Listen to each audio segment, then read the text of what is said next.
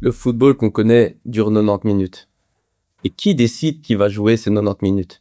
Aujourd'hui, on va parler recrutement. Qui sont les acteurs qui décident de la sélection des joueurs?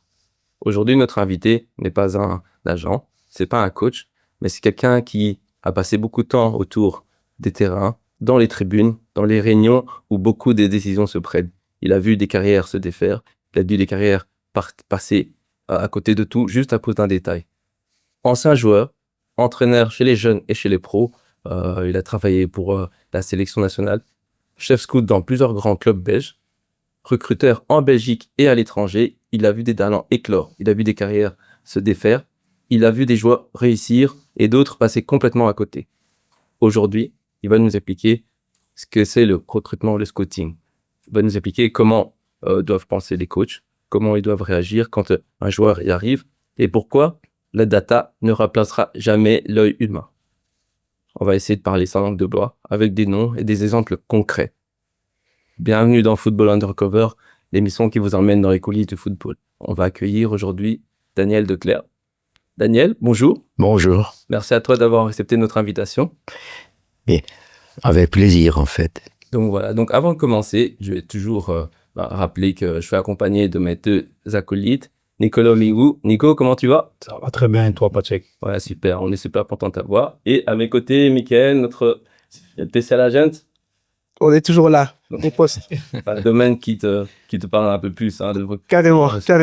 Ouais. Donc voilà, donc avant de rentrer dans le vif du sujet, Daniel, est-ce que tu pourrais un peu, toi, nous expliquer qu'est-ce qui t'a fait connaître un peu le monde du football? Bon, faut bien remonter dans le temps, là, puisque j'ai déjà 80 ans.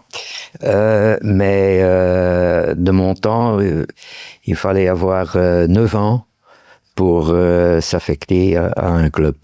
À ce moment-là, j'habitais à Ostende et je me suis inscrit à l'AS Ostende. Le club n'existe plus. Il y en avait deux à ce moment-là. Il y avait l'AVG et l'AS Ostende.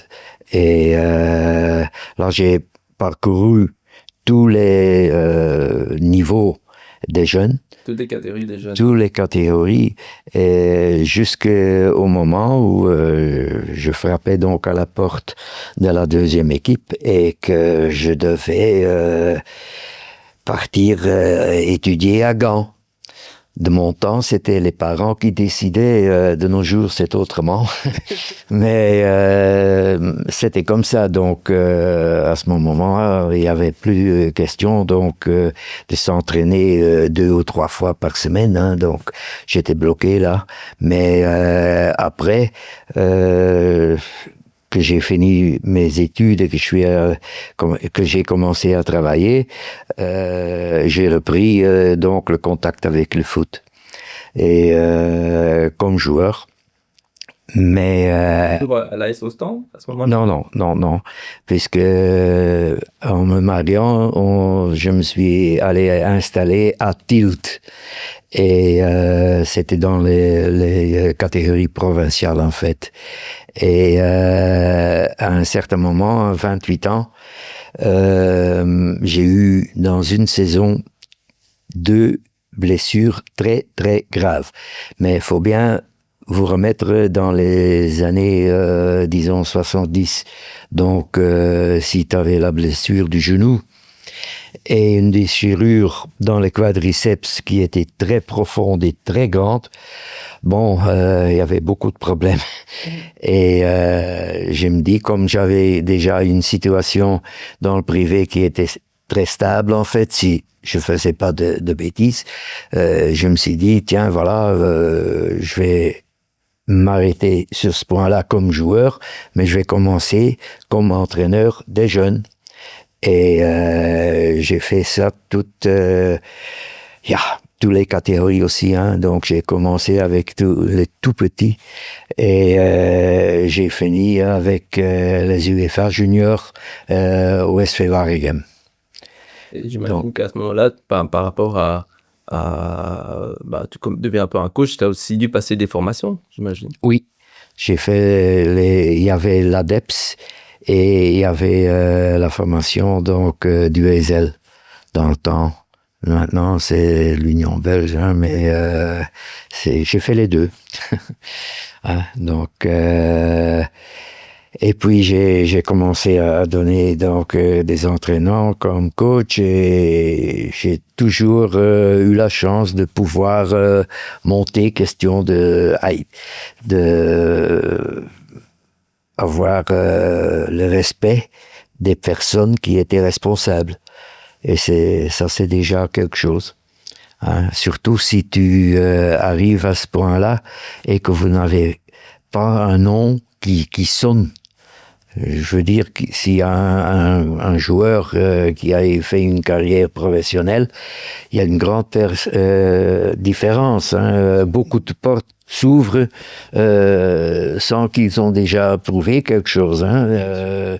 Et donc, si tu n'as pas le grand nom, c'est à toi de faire le travail. de travailler et de montrer que tu es aussi capable. C'est sûr.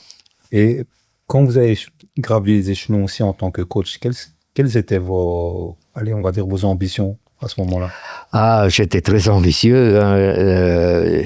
Comme je viens de dire, j'ai commencé avec les minimes et je suis arrêté comme entraîneur des UEFA juniors du SV Waregem. Et à ce moment-là, j'ai eu 2 propositions par le manager de SV Waregem, Germain Landseer, pour devenir entraîneur, donc pas de l'équipe première, mais comme entraîneur assistant de René Vrein, par exemple, c'était lui qui était le coach.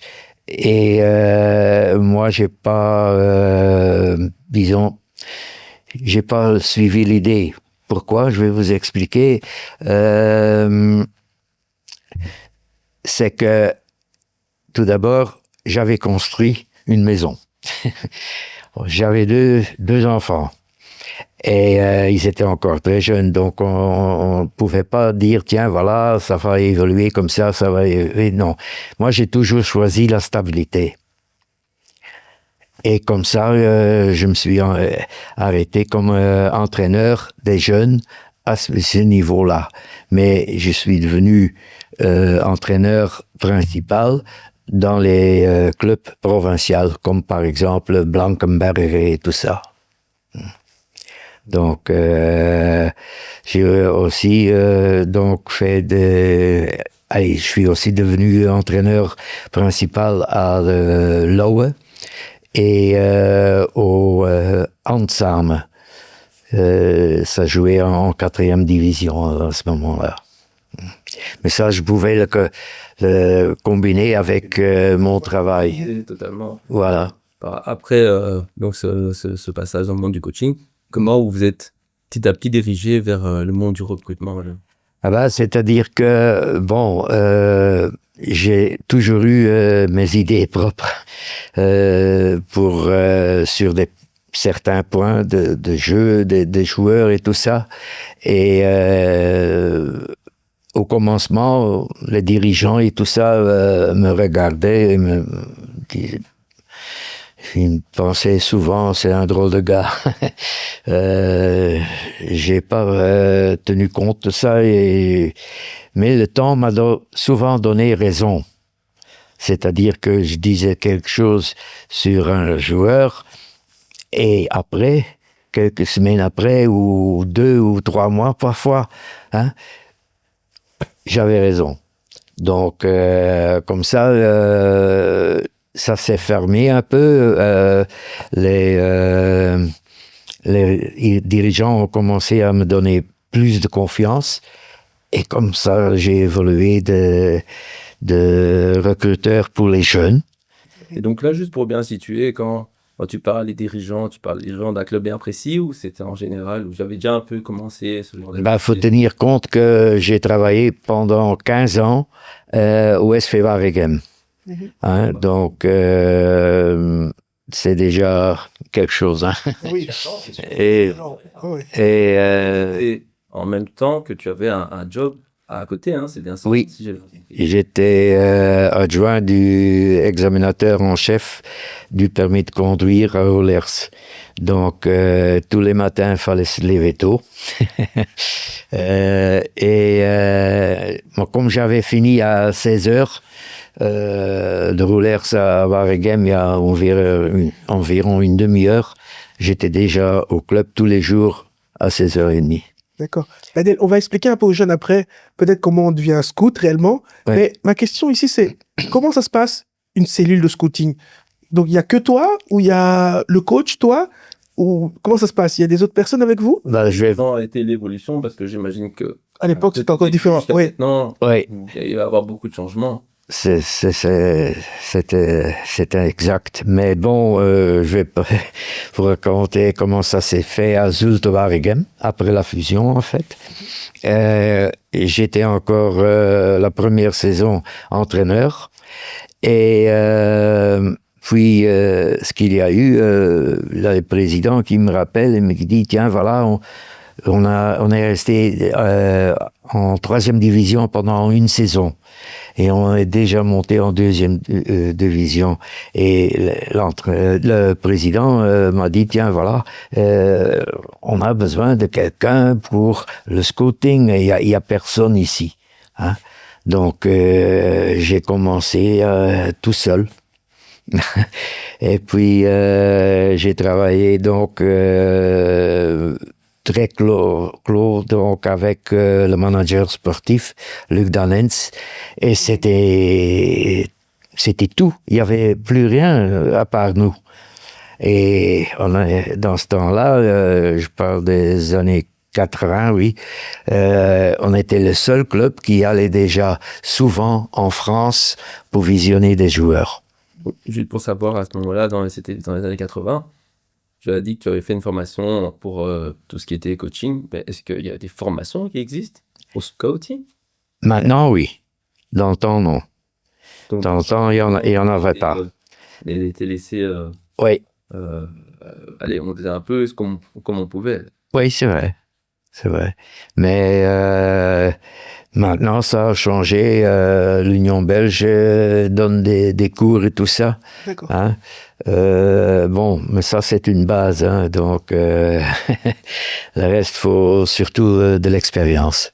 Et Daniel, j'ai une question. À Oui. tes débuts, comment tu t'organisais pour te dire, allez, là-bas, il y a un joueur qui peut être intéressant ou des choses comme ça? Bon, comme tu es entraîneur, je crois que vous avez les mêmes contacts que moi j'ai dans le foot. Hein, et, tu reçois beaucoup de renseignements par des gens qui sont affectés à un club ou comme ça.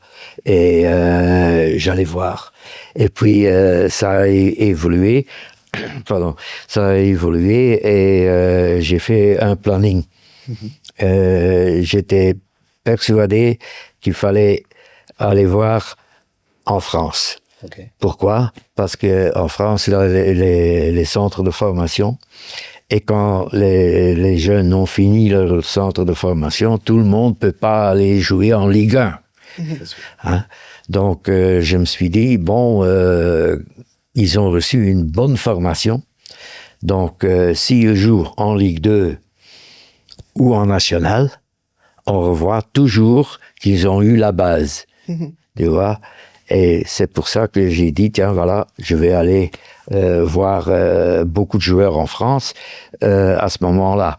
Et comme j'habite... Implacable, ça. Hein. Pardon? C'est une logique implacable, ça. Voilà. Mais c'est Et... mais c'est vraiment très logique en soi. Oui, très bien avancé. Ouais, et à ce moment-là, comme j'habite pas très loin de la frontière française, j'allais à Lens, j'allais à Amiens, beaucoup de clubs en fait. Il y avait beaucoup de joueurs français en Belgique. Hein. Ouais. Je vais vous donner des noms. En effet, comment ça se passe quand on scoute un joueur? Oui. On va le voir, on voit s'il jongle bien, s'il sait mettre la tête. Non. Je vais vous dire comment moi je travaille. J'ai aussi donné cours à l'Union belge. Hein. Et vu mon expérience, malgré que je dis moi-même, comme joueur, comme entraîneur, comme instructeur, je sais très bien si un joueur joue, par exemple, sur, disons, la position 8, ce qu'il doit faire en possession du ballon et en perte du ballon dans un certain système. Tu vois? Donc, moi, je parlais beaucoup avec les entraîneurs et il y a beaucoup d'entraîneurs qui suivent ça très, très bien. Et par exemple, je peux vous donner l'exemple de Frankie Dury. Je peux vous donner l'exemple de Philippe Clément. Et aussi de maintenant Nicky Hine, hein, sont des entraîneurs avec qui moi j'ai travaillé et très close, tu vois. Et je connais le système dont ils jouaient et j'allais voir un joueur contenant compte Du coach. du coach ce qu'il attendait du joueur à cette position-là. C'est un peu comme ça se fait. Ça se fait. Hein. Et donc, Daniel, si toi tu viens avec un joueur qui n'est pas du coach, c'est compliqué? Si tu sors de son système de jeu, mais toi tu estimes que c'est une pépite. Oui, mais normalement, c'est aussi après des années qu'on travaille ensemble, on commence à être un peu connu et la confiance vient vers vous. Tu vois? Donc, c'est comme ça que parfois on découvre un joueur qu'on dit, tiens, voilà, normalement, il a ses qualités, il n'est pas toujours ce qui attend le coach, mais on verra, il a les capacités de base. Et là, faut dire, la vitesse est primordiale. Et la vivacité aussi. La technique, bon, on va en parler, hein, parce que si on va voir un joueur pour recruter, il a déjà les qualités techniques, autrement, il ne faut pas le prendre. Ouais. C'est un peu compliqué. Voilà. Là, je comprends bien.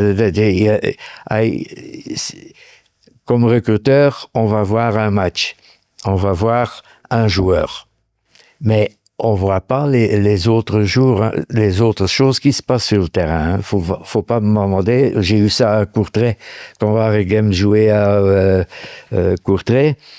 Il y a déjà beaucoup d'années, mais je me rappelle encore que j'étais là pour voir un joueur de Courtrai. Et comme c'était en déplacement, il y avait beaucoup de supporters du Waregem. Et après le match, je suis juste à l'entrée des joueurs. Et il y a des supporters qui me demandent quelque chose d'une phase. J'ai dit, excusez-moi, j'ai pas vu ça. Ils m'ont regardé, ils ont dit, ça c'est un recruteur. C'est ça, hein. Donc... On cherche pas forcément la même chose. Donc là, alors, tu me dis que dans ta cellule, à ce moment-là, pour l'instant, tu es tout seul. Oui. Tu scoutes par rapport au système de jeu du coach que tu connais. Oui. D'accord? Donc, si tout ça est bon, le président est obligé de prendre le joueur, alors? Bon, là, si tout ça est bon, là commence en fait le travail de la direction. Donc, il y a le système financier. Donc, je vais dire, ça compte énormément. Il faut aussi voir pour quel club vous travaillez. Et si vous travaillez pour un club comme, disons, comme le club de Bruges ou Anderlecht ou pour un grand club, il y a une grande différence ou si tu travailles pour Zulte Waregem ou, disons, pour Waasland Beveren. Hein. Donc, faut tenir compte de ça. Mais j'ai une question. Quand tu étais en exercice et aujourd'hui, quelle différence tu ferais par rapport au scouting? Et après, je te dirai pourquoi je te pose cette question. Mais quelle différence tu ferais quand toi, tu t'exerçais à ce moment-là et tes collègues aujourd'hui scouting, qu'est-ce qui aurait de différent? C'est-à-dire que, il y a l'arrivée des data. Okay. De nos jours, presque tous les clubs travaillent avec les data. Mais les data ne battront jamais l'œil d'un scout et l'approche humaine avec un joueur. C'est sûr. Pour moi, les datas sont une base qui est donc en support de quelque chose. Donc, il a des bons datas. Bon, alors on peut commencer à travailler. Tu vois? C'est quelque chose de nos jours, tout évolue. Et j'ai déjà dit à Michael, pour le moment, moi je travaille encore pour The Scouting Company, une compagnie des Pays-Bas, où il y a donc tous des scouts qui ont déjà un certain âge et beaucoup d'expérience et qui sont pas liés à un club ou à un manager ou sont tous des indépendants. Et on travaille avec le même système de rapport et donc tout est fait en anglais et ça va dans le système des data de la compagnie et les clubs peuvent louer cette data. Comme ça, quand ils mettent... pour le moment, il y a presque 19 000 rapports. Ok. Hein? Donc, s'ils donnent un nom, bon, ils ont presque toujours 2 ou 3 rapports de différents scouts qui ont vu le joueur. Si ils trouvent que c'est suffisant, alors ils regardent sur iScout. Hein, c'est le scouting alors. Qu'on utilise par rapport aux data, hein, c'est ça. Ouais, Scott. Oui. Et quand ils trouvent ça, c'est bon aussi. Alors à ce moment-là, ils vont voir sur place. Ils n'ont plus, si on travaille comme ça, ils n'ont plus ce que moi j'ai eu quelques saisons passées, aller au sud de la France, visionner un joueur, un ailier, je vais pas le dire non, mais et après, Placement, on dirait. voilà. Et après 15 minutes, j'ai dit bon, je suis là pour rien. Aïe. Hein? Mais bon, le club devait payer mais en déplacement, l'hôtel, la nourriture et tout ça. Et ça, avec ce nouvelle forme, on exclut ça. Ok. Donc, c'est déjà beaucoup. Mais maintenant, pourquoi je te pose cette question? C'est parce que nous, on a joué plus au foot, on va dire, dans les années 2000, on va dire début 2000, choses comme ça. Et j'ai l'impression que beaucoup de choses ont changé. Pourquoi? C'est parce qu'avant, tous les clubs que tu as un peu cités, Courtrai, The Waregem, on va un peu mettre le Lire, c'est des choses comme ça.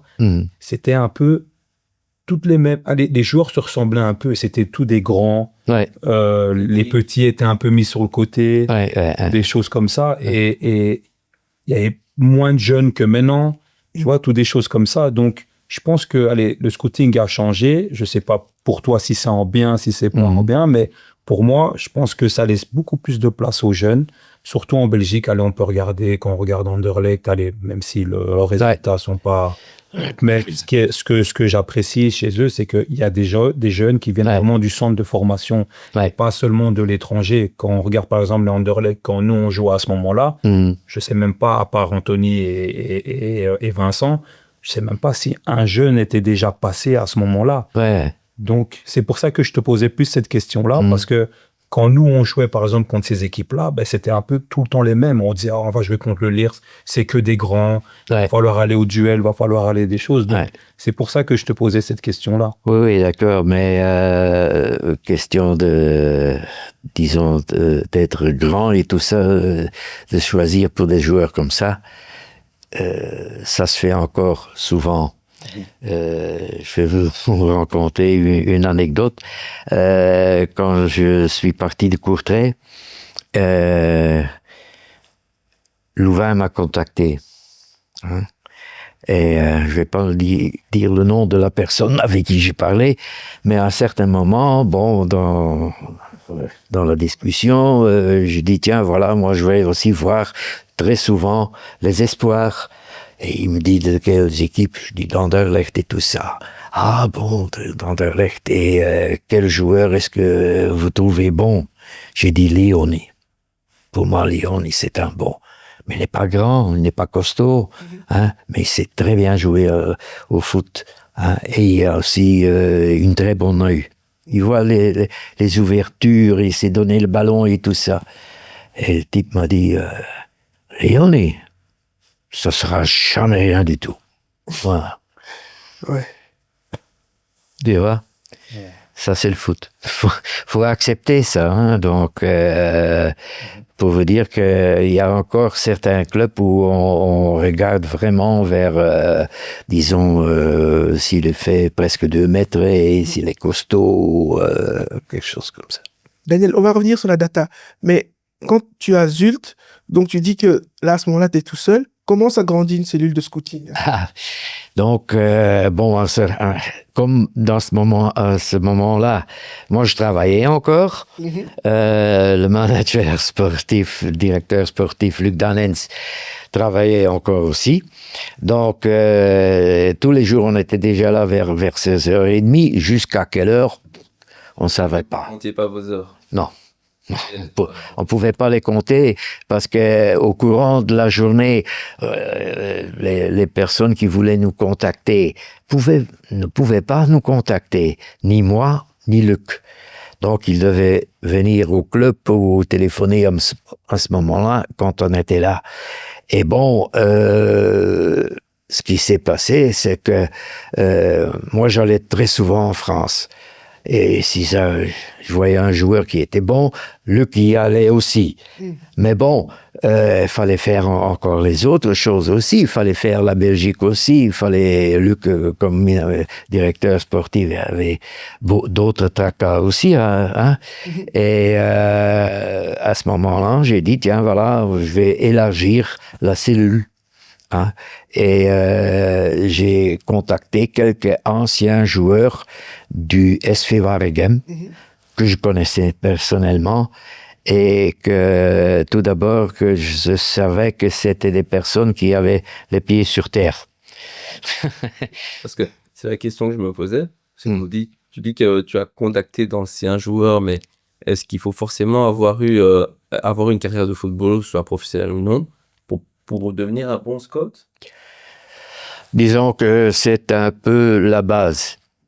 Hein? Donc, faut connaître le foot quand même. Malgré tout, hein? Ça aide. Ça aide énormément. Si on a été joueur, si on a été coach, hein, et puis instructeur comme moi à l'Union belge, hein, je sais très bien, par exemple, pour telle place, faut avoir ces qualités-là. Et s'il n'a pas ces qualités ou un des qualités nécessaires, faut dire c'est dommage, mais bon. Évidemment, il y a une vision, comme tu dis, en fonction du poste que tu vas visionner. Oui. Il faut ça. Si ça ne ressort pas à ce moment-là, voilà. Bah, c'est plus compliqué pour ça. Voilà. Il y a aussi d'autres choses qui comptent beaucoup, c'est-à-dire que, allez, si tu restes en Belgique, tu as seulement les 2 langues en fait. Mais moi j'ai fait l'Europe, hein, donc j'étais en Suède, Danemark, Norvège, puis de l'autre côté, je parle pas de la France ou de l'Italie ou de l'Espagne, mais du Balkan, hein, donc la Croatie, Slovénie et tout ça. Moi j'étais là-bas, hein, donc toujours tout seul. Hein. Le pays le plus loin tu as été pour visionner un joueur? Oh, ça... Tu as été en Afrique, en Amérique du Sud? Non. J'ai jamais été en Afrique et jamais donc. Avant, tu restes en Europe. Toujours en Europe, oui. C'était déjà assez. Oui. Donc là, ta cellule s'agrandit. Vous êtes combien avec les joueurs que tu as? À un certain moment, on était à Zulte Waregem avec 8 personnes. Ok. Hein. Il dit pour situer à ce moment-là, on est à peu près à quelle période? Quelle époque? Ça doit être dans les années 80. Et ouais. Est-ce que, selon toi, ça commence déjà à être une bonne structure au niveau du football belge? Comment ça se passe un peu? Vous avez des discussions avec les autres clubs? C'est-à-dire que, la structure de la cellule de recrutement, tu l'as fait toi-même. Hein? Moi, j'étais recruteur principal. C'est moi qui disais, tiens, voilà, on va travailler comme ça. Et tous les 2 semaines, il y avait une réunion. Et tout le monde pouvait dire ce qu'il pensait. Et, bon, on discutait. Et j'étais toujours ouvert aux propositions, aux idées des autres personnes. Hein. Donc, je suis pas Dieu. Hein. Mais bon, j'avais mes idées et j'ai toujours défendu mes idées. Et à ce moment-là, donc, tu passes de coach à scout. Mm-hmm. Donc, tout ce que tu viens d'expliquer se passe. Ouais. Mais le terrain ne te manque pas Ouais. à ce moment-là? Ça m'a toujours manqué. Ouais. Toujours. J'ai même repris le rôle de coach dans un petit patin tout près de chez nous, avec les jeunes, avec les U8 jusqu'à U17. Mais maintenant, bon, je deviens un peu trop vieux pour ça. Et si on vient... disons, si on a un certain âge, vos anciennes blessures, tu les recommences à sentir. Ça pique toujours, ça. Ouais. Moi, ce que je voulais aussi savoir, c'est avec le développement justement de ces cellules de scouting, donc est-ce que c'est encore possible? Parce que j'imagine que tu devais faire pas mal de trajets, parce que tu es autant en Belgique, en France, un peu à l'étranger. Donc, est-ce qu'à un moment, c'est encore possible d'avoir une activité professionnelle en dehors du football et de faire du recrutement? Est-ce que c'est pas un métier à part entière? Oui, oui. Si vous construisez une cellule de recrutement de nos jours, faut tenir compte qu'il faut au moins 2 ou 3 recruteurs professionnels. À temps plein, vraiment. Oui. Et tu peux élargir le noyau avec des joueurs, des recruteurs qui font ça de temps en temps, en fait. Tu vois? Oui, qui ont des missions, parce que voilà, ils ont voilà. Avec les C'est toujours bien si tu vois un joueur et tu le trouves bien, que tu demandes l'opinion d'une autre personne. Une autre personne qui a les pieds sur terre et qui se laisse pas influencer. Parce que tu parles souvent d'influence. Les scouts se font influencer? Il y a, disons que c'est quelque chose où on doit être bien prévoir ou dire tiens voilà. Mais tout d'abord faut avoir la personnalité. Si vous n'avez pas de personnalité, ça n'ira pas. Vous êtes à ce moment-là, les gens que tu rencontres, ça, ils sentent ça. Et moi, j'ai toujours dit mes idées et j'ai toujours suivi mes idées. Tu restes sur tes principes. Oui. Comment ça se passe, un rapport de scout? Donc, on écrit bon joueur, il a un pied gauche, il a un pied droit, merci. Non, c'est pas assez, ça. Je vais vous dire les rapports de scouting que je fais maintenant. J'ai environ 1h30 de temps nécessaire. Oui. Et tout s'est fait en anglais. Tu vois? Et voilà. Et au commencement, j'avais besoin de plus de temps. Pourtant, je connais bien l'anglais, mais bon, il y a les choses très sportives qu'on dit en néerlandais ou en français qui se qu'on traduit pas de la même façon. Voilà. Qui se traduit pas en même chose en anglais. Donc, mais donc, faut mettre du temps et beaucoup travailler. Hein? Mais de nos jours, moi, comme j'habite entre Courtrai et Bruges, je suis pas obligé d'aller au Standard, par exemple. J'habite à 30 minutes de Bruges. 5 minutes de Courtrai. Le plus grand déplacement que je fais, c'est à Gand, 45 minutes. Les espoirs d'Anderlecht, ça se joue en Dane, c'est 20 minutes. Tu vois, donc je fais un peu mon programme et je travaille comme ça. Et comme ça, Vite les déplacements, ouais. j'évite les grands déplacements, vu mon âge. Ouais. Donc, pour rebondir un peu sur la question de Michael, donc tu arrives, le match commence, tu t'assieds dans la tribune. Mhm. Directement, est-ce que tu regardes seulement le joueur que tu es venu voir ou tu regardes vraiment ce que tu peux essayer de trouver un autre joueur Pour le moment, je vois seulement les joueurs que je viens voir. Mais il y a toujours parfois un joueur qui se fait remarquer. Ça se peut. Mais j'analyse les joueurs que je vais voir et c'est déjà beaucoup parce que par match, j'en fais 4.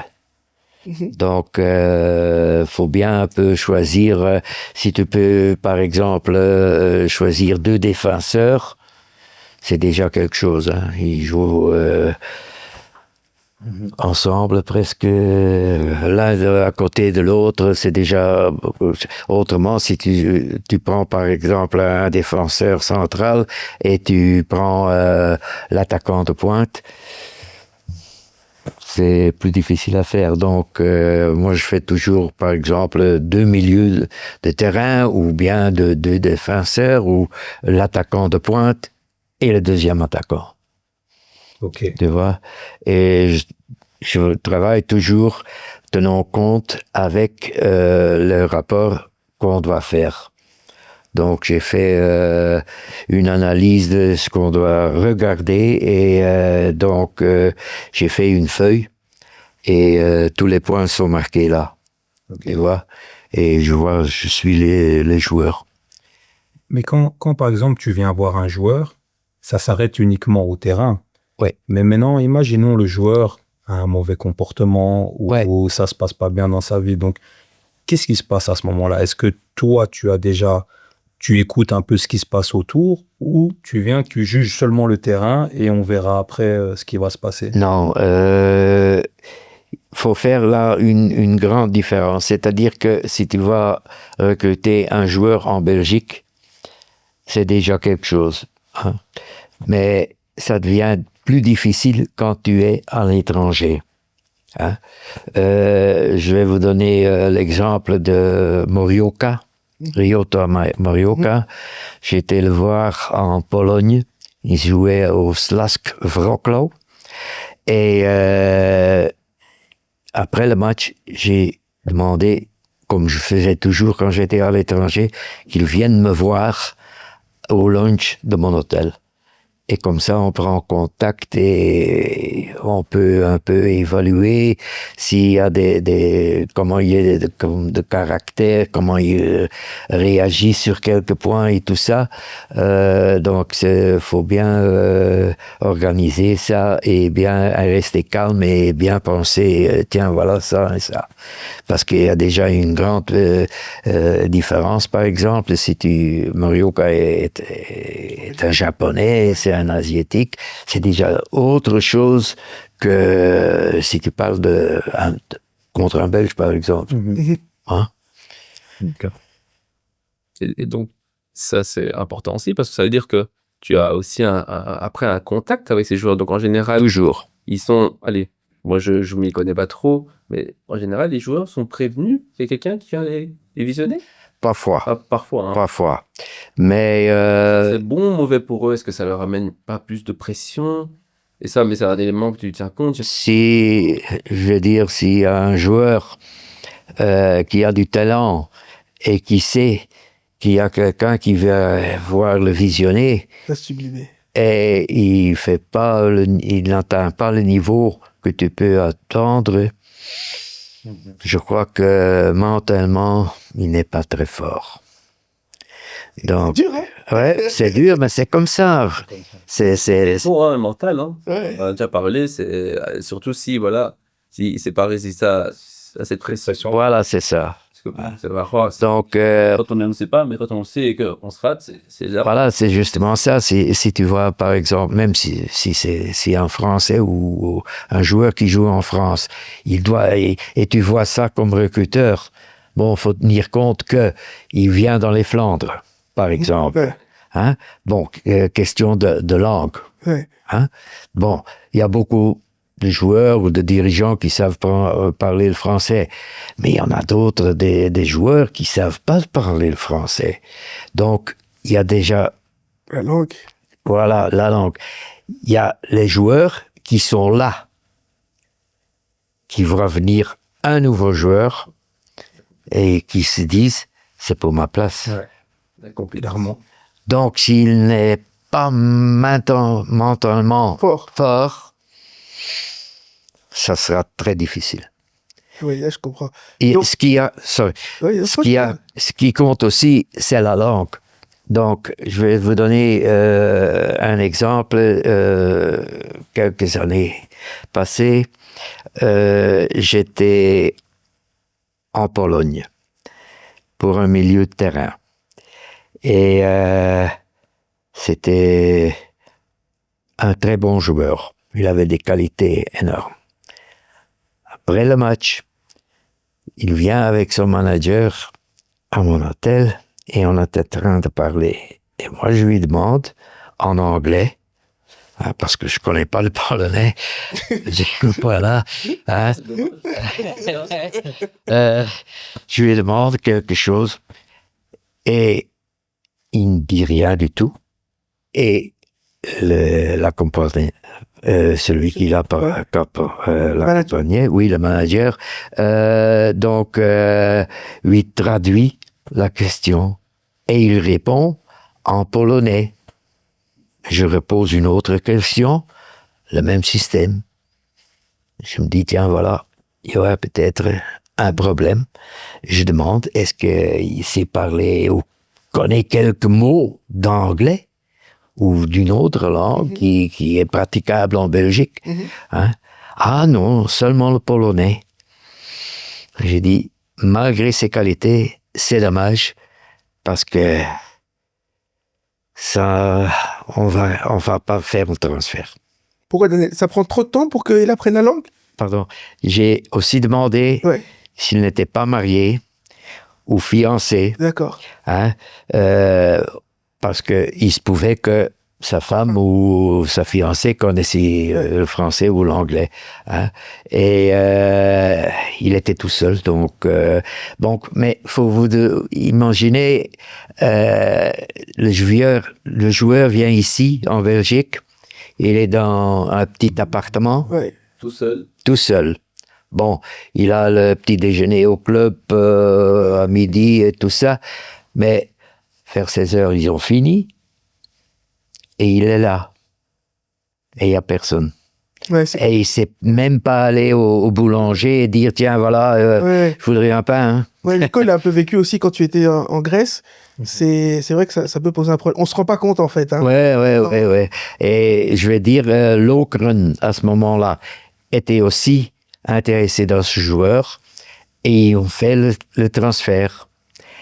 Et il n'a presque pas joué, malgré ses qualités. Et au Mercato, il est reparti en Pologne. Et puis, il y avait la Coupe d'Europe en France. Il faisait partie de l'équipe polonaise et il a joué. Hein. Donc, c'est pas qu'il n'avait pas les qualités. Il était très bon, mais bon, il y avait d'autres choses qui... C'est vrai qu'on se rend pas compte quand on regarde le football et que tous ces joueurs qui partent en Allemagne, aux États-Unis, on se dit toujours, allez quoi, il jouait dans son club et là, il n'arrive plus à jouer. Ouais, voilà.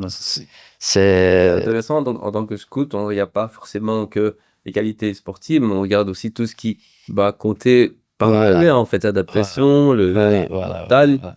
Donc mais c'est bien. Ça prouve vraiment que c'est toute une cellule qui travaille sur ça.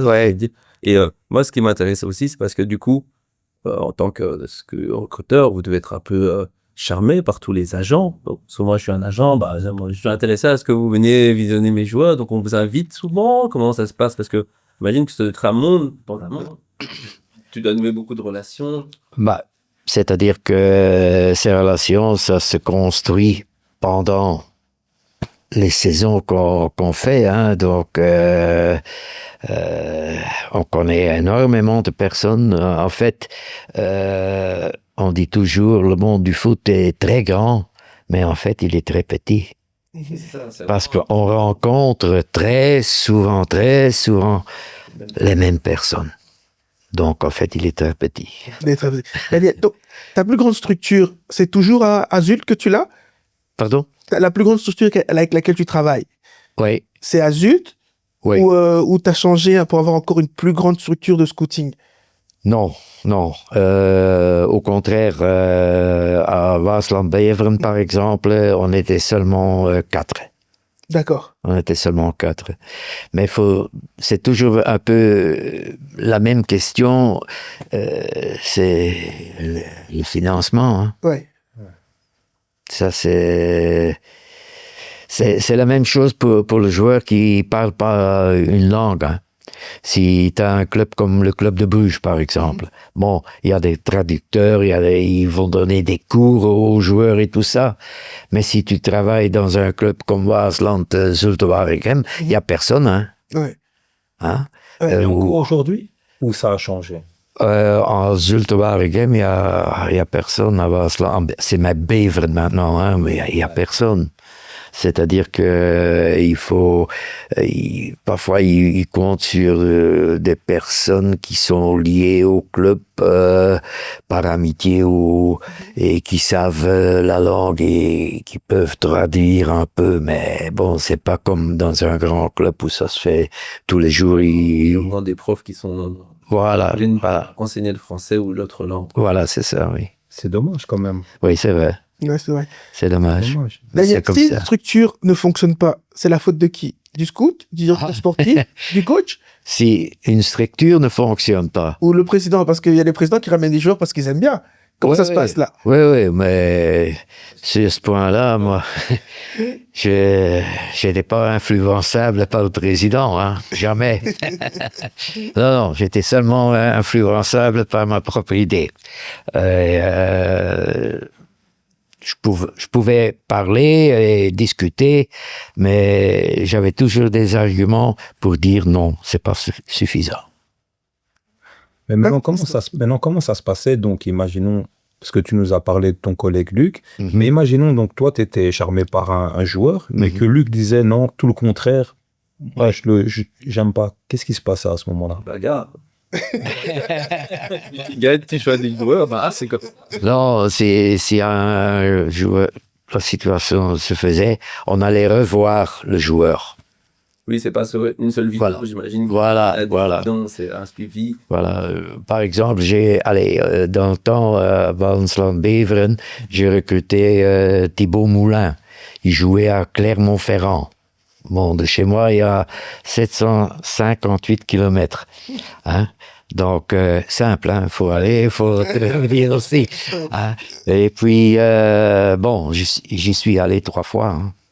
Okay. Hein? On l'a recruté. Hein?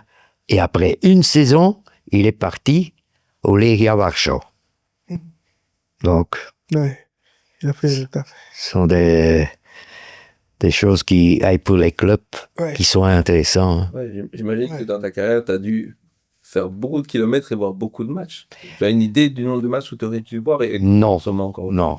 Tu ne comptes plus à ce niveau-là. Mais question de kilomètres, quand je recrutais un recruteur ou un candidat recruteur, je demandais toujours est-ce que tu aimes bien rouler en voiture, hein, parce que c'est le commencement, ça.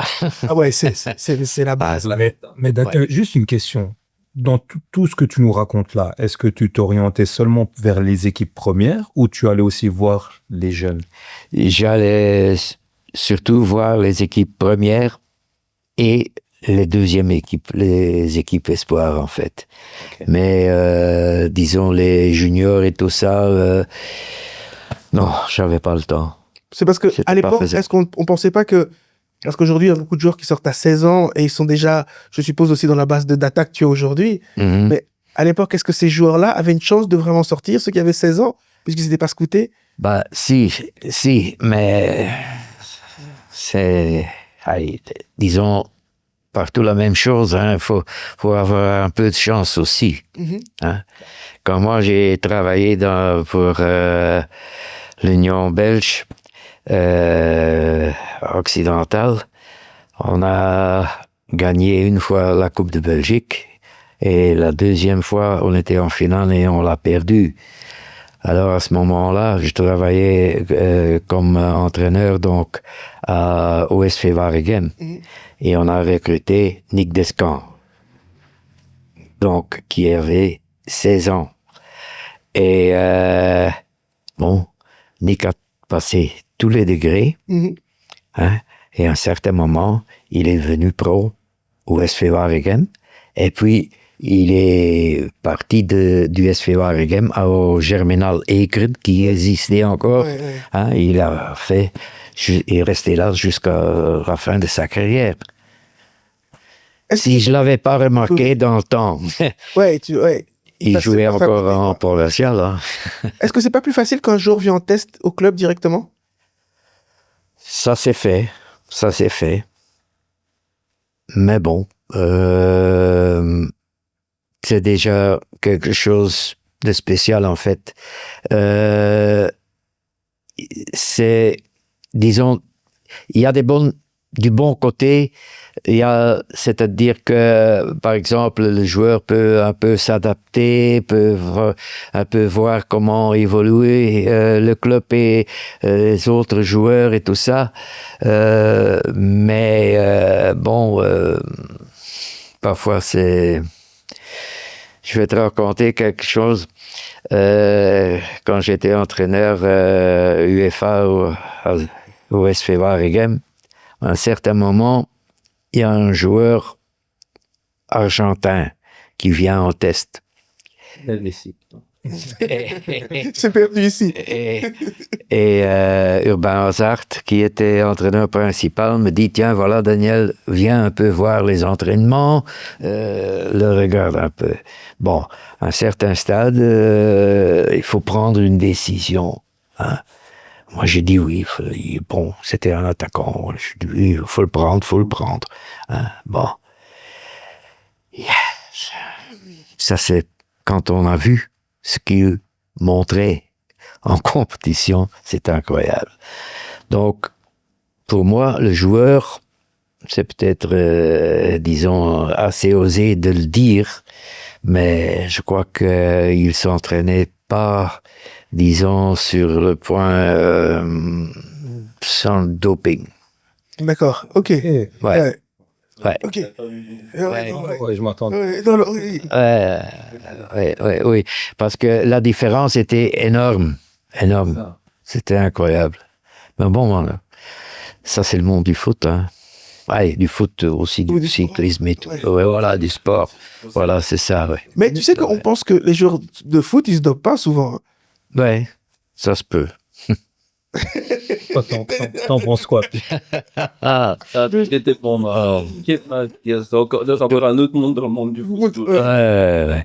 Faut toujours se poser des questions quand on voit quelque chose qui est, disons, pas normal. Oui, c'est pour ça qu'il y a aussi plusieurs visionnages et un petit suivi. Voilà, c'est justement ça. C'est vrai que ça peut être... Ouais.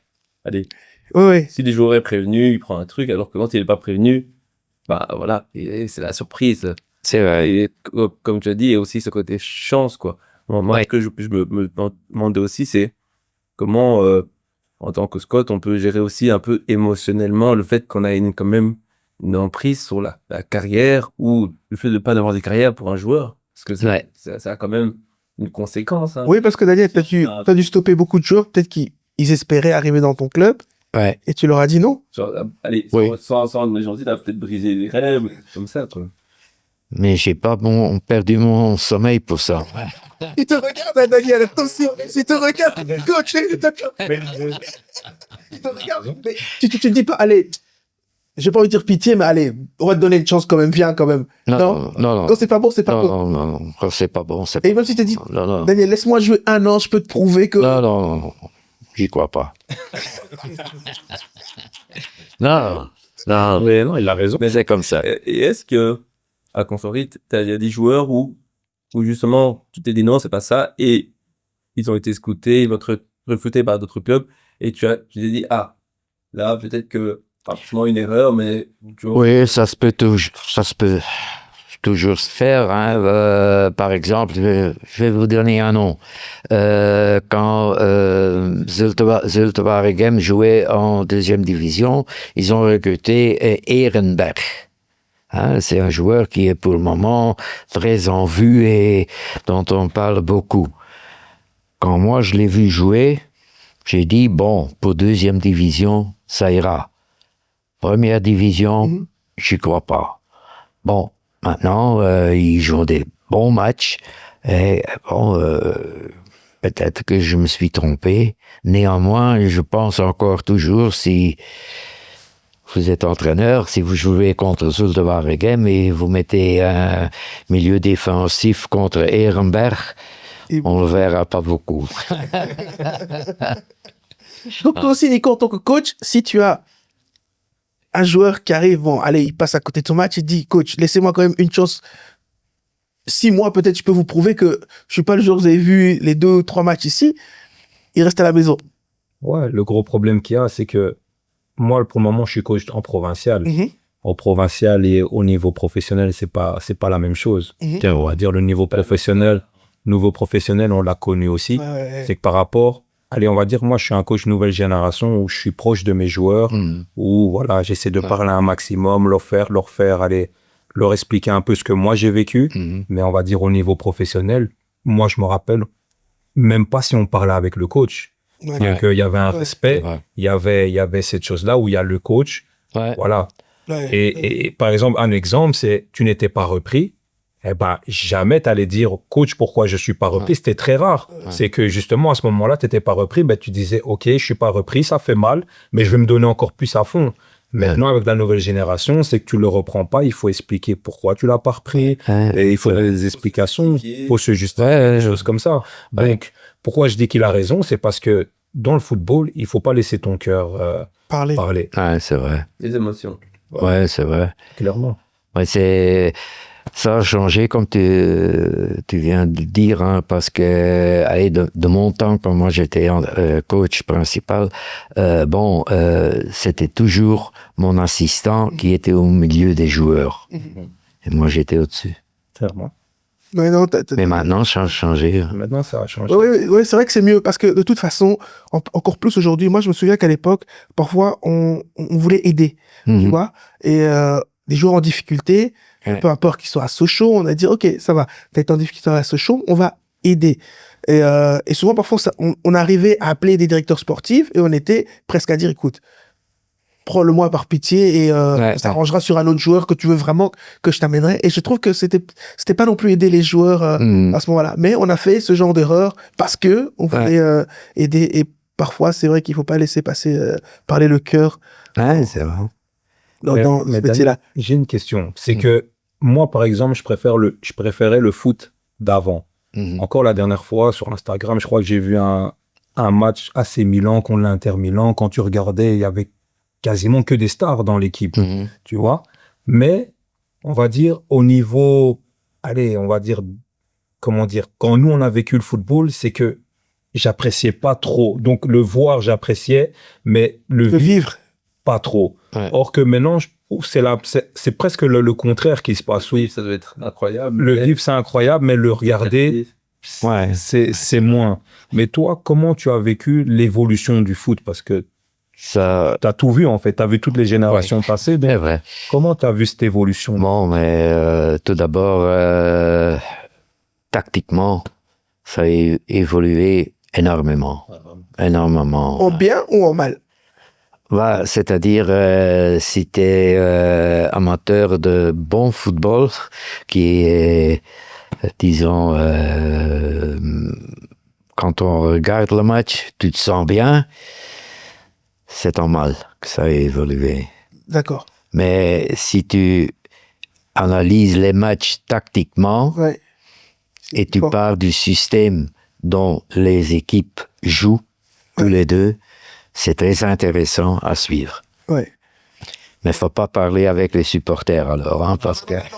Non, je pense pas, parce qu'ils regardent pas de la même façon. Ouais. Même hier, Nico, il me parlait d'un match, il regardait le PSG et il parlait de tactique, comment le coach du PSG changeait par rapport au coach de Marseille pour que ce soit un vrai match équilibré ou déséquilibré. Voilà. Ouais, changement. Hier, j'ai encore vu la deuxième mi-temps de Genk contre Anderlecht. Oui, moi aussi. T'as vu les deux changements que Nicky Hein a fait? Oui. Et ils marquent tous les deux. Hein. Oui. Mais il ne faut pas sous-estimer Nicky Hein parce que j'ai travaillé avec lui dans des circonstances à Waasland-Beveren. Hein, très difficile. Très difficile sur quel point? Parce qu'il n'y avait pas d'argent. Et le club était repris par les Américains et ils avaient mis des personnes sur dans la direction, qu'on disait comment c'est possible. Et en Belgique, ça se fait pas comme ça. Mais bon, donc c'était très difficile pour lui de travailler là. Et je l'ai vu faire des choses. Et j'avais un très bon contact avec lui aussi et avec Philippe Clément aussi. Et Nicky Hein, pour moi, c'est un très bon entraîneur. Il le montre, hein, de toute façon. Hein, il le montre et il le prouve. Et pour toi, la cellule d'Anderlecht, qu'est-ce qui fonctionne pas là-bas? Parce que c'est catastrophique quand même. Ils sont en train de repartir. Hein.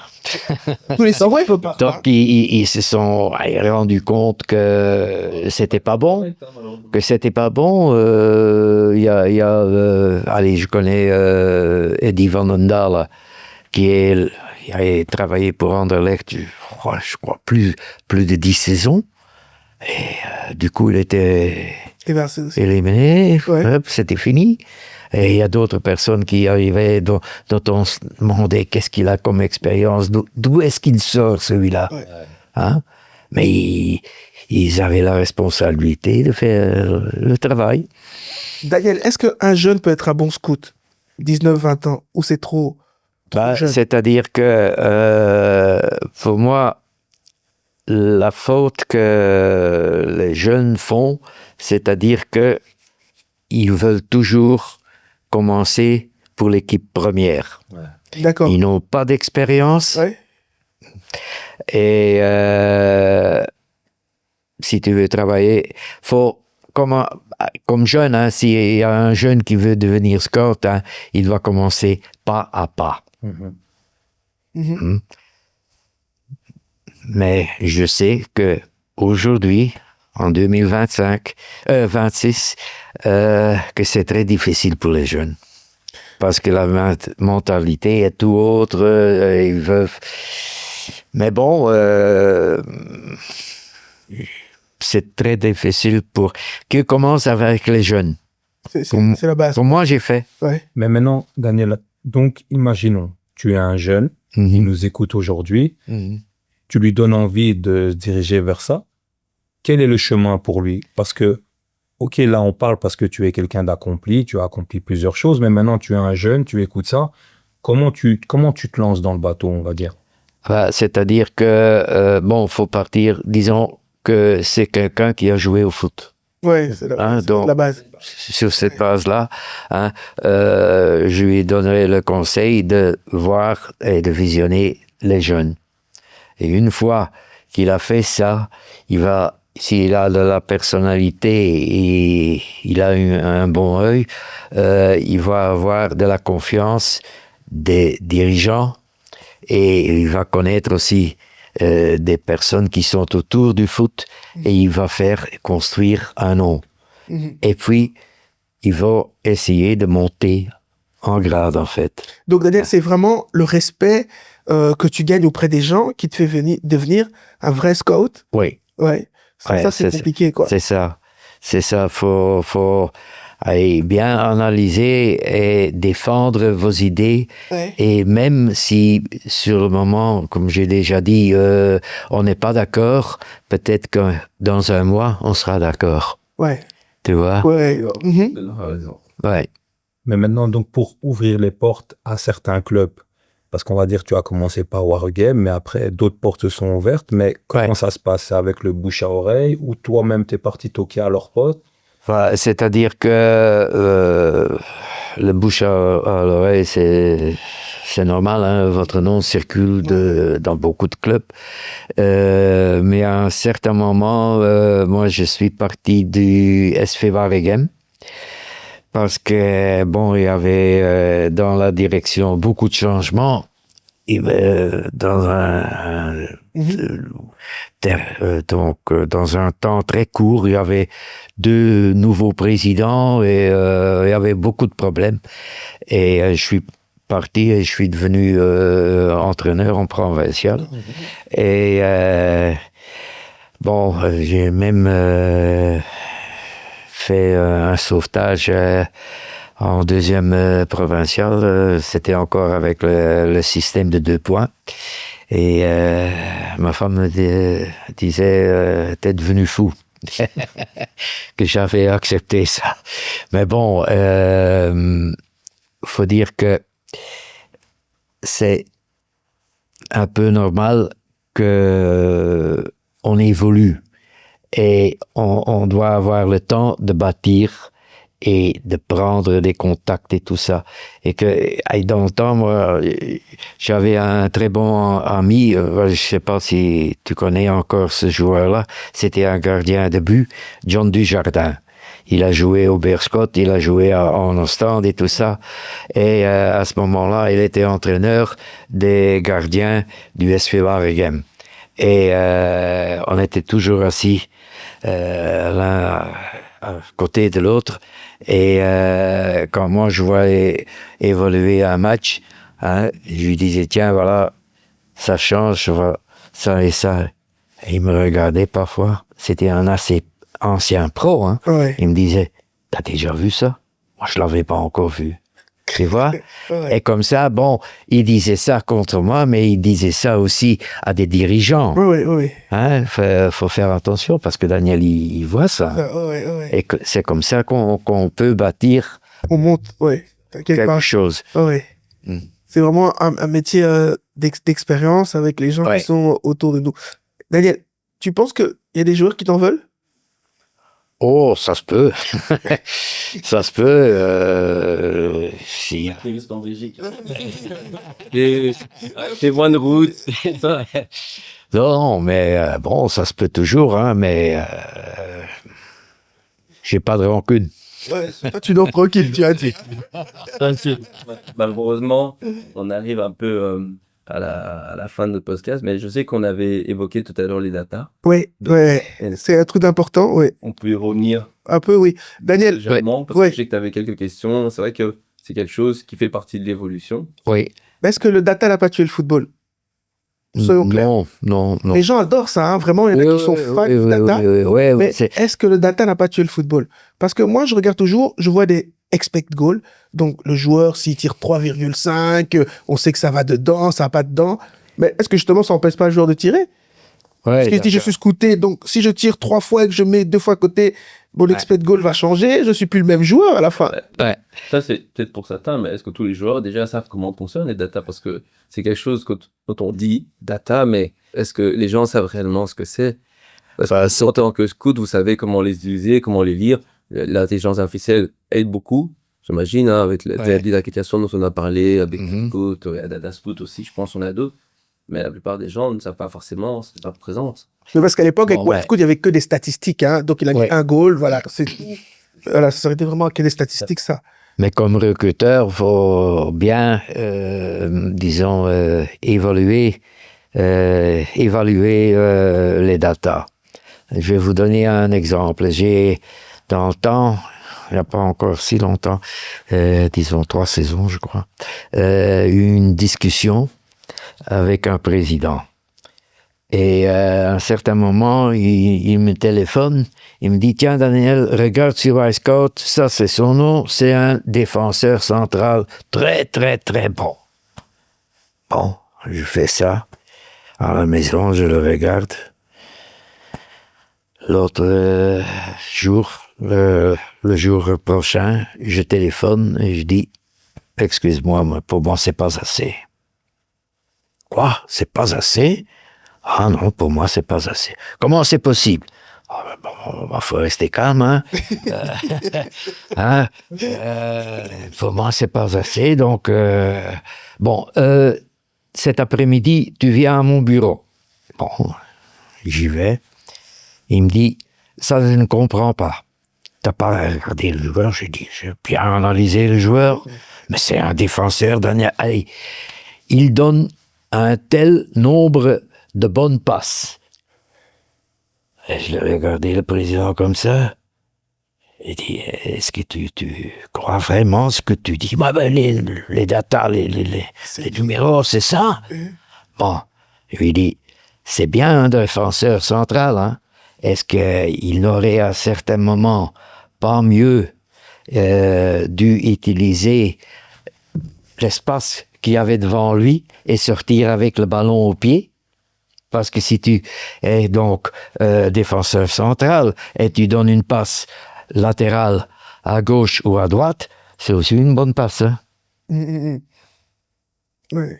Donc, faut savoir c'est pour ça les datas ne battront jamais l'œil et le contact humain doit avoir avec un joueur. Ça reste une base. Jamais. J'imagine que les datas, pour moi, ils ne peuvent pas forcément, je veux dire, mesurer la motivation d'un joueur, la façon dont il parle sur le terrain. C'est des éléments que toi, j'imagine, peut-être que tu prends en compte. Ouais. Quand tu vas visionner un joueur, c'est...